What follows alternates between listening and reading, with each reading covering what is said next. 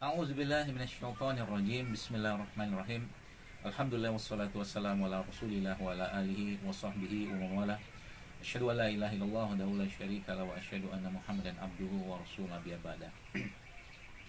Sahabat-sahabat sekalian, saudara-saudara sekalian, khususnya para pembekam-pembekam yang ada di lingkungan perkumpulan bekam Indonesia.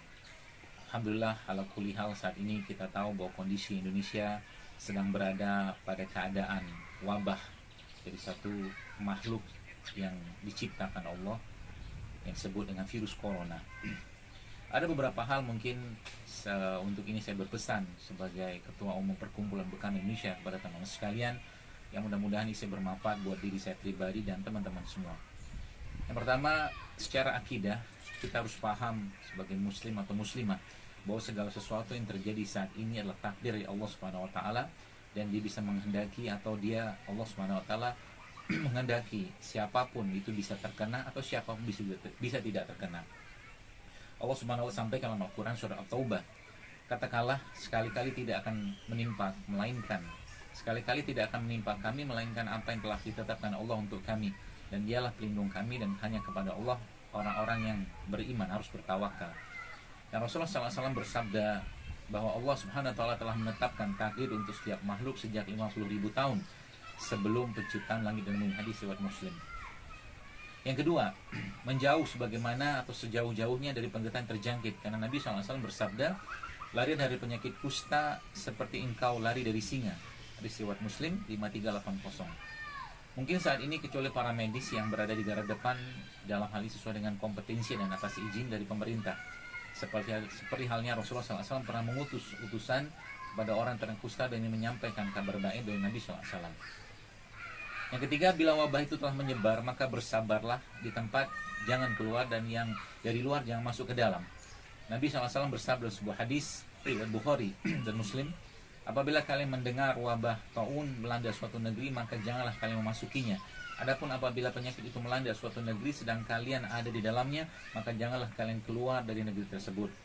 Yang keempat, kita perlu berikhtiar, kita perlu berusaha untuk menghindarkan diri kita dari hal-hal yang sifatnya membahayakan kita. Salah satu dalam Tibun Nabawi adalah dengan habatus sauda, kurma ajwa, madu, serta berbekam, yang Nabi SAW memiliki atau menyampaikan dalil khusus tentang ini, yang Nabi SAW sampaikan bahwa sesungguhnya pada habatus sauda terdapat obat untuk segala penyakit kecuali kematian, hadis riwayat Bukhari Muslim. Dan Nabi SAW bersabda lagi dalam sebuah hadis, barang siapa yang makan kurma ajwa di pagi hari sebanyak 7 butir, maka ia tidak akan terkena racun dan sihir pada hari tersebut. Dan berkaitan dengan madu, Allah Subhanahu wa taala sampaikan atau firman dalam Al-Qur'an dalam surat An-Nahl, dan dari perut lebah itu keluar minuman yang bermacam-macam warnanya, di dalamnya terdapat obat yang menyembuhkan bagi manusia, dan sesungguhnya pada yang demikian tersebut benar-benar terdapat tanda bagi orang-orang yang memikirkannya. Dari Abi Raja dari Samurah radhiyallahu anhu, Nabi SAW bersabda bahwa sesungguhnya pengobatan yang paling baik yang manusia lakukan adalah dengan berbekam. Yang kelima, perbanyaklah berdoa, berzikir kepada Allah, dan salah satunya kita minta kepada Allah dengan sebuah doa yang diajarkan oleh Nabi SAW, yaitu Allah, aku berlindung kepadamu dari penyakit kulit, penyakit gila, lepra, dan penyakit yang jelek lainnya. Allahumma inni a'udzubika minal barasi wal junun wal juzam wasayil asqam. Atau juga dengan doa yang sering kita baca di zikir pagi kita, itu Allahumma afini fi badani, Allahumma afini fi sam'i, Allahumma afini fi basari, la ilaha illa anta. Ya Allah, sehatkanlah badanku, sehatlah pendengaranku, sehatkanlah penglihatanku, dan tidak ada sesembahan yang hak selain engkau. Hadis riwayat Tabrani. Dan secara SOP PBI atau medis atau regulasinya, maka teman-teman sekalian saya berpesan jangan tinggalkan SOP PBI, terutama dalam masalah sterilisasi alat dan limbah serta benda-benda infeksius. Wajib terpisah wastafel untuk praktek bekam dan pribadi. Yang ketiga, selalu menggunakan air mengalir dalam sterilisasi, klorin dan sterilisator sesuai dengan SOP yang kita buat.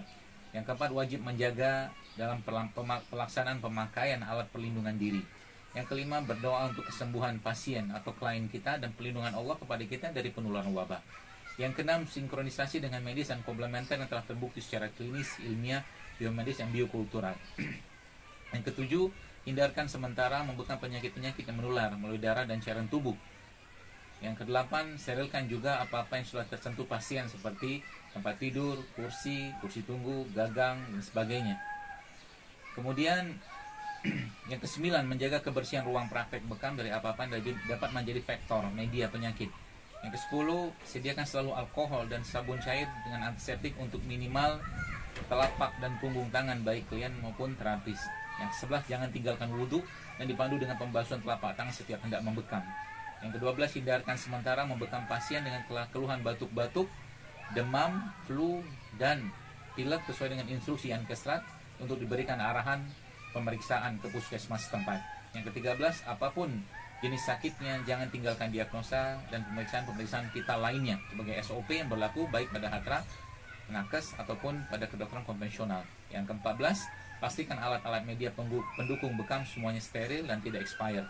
Yang ke-15, bekamlah pada titik-titik sunnah dan titik meningkatkan imunitas tubuh dengan membangkitkan interleukin 6 dan makrofa dari bekam itu sendiri yang telah menjadi sebuah penelitian ilmiah dari pakar bekam di PBI.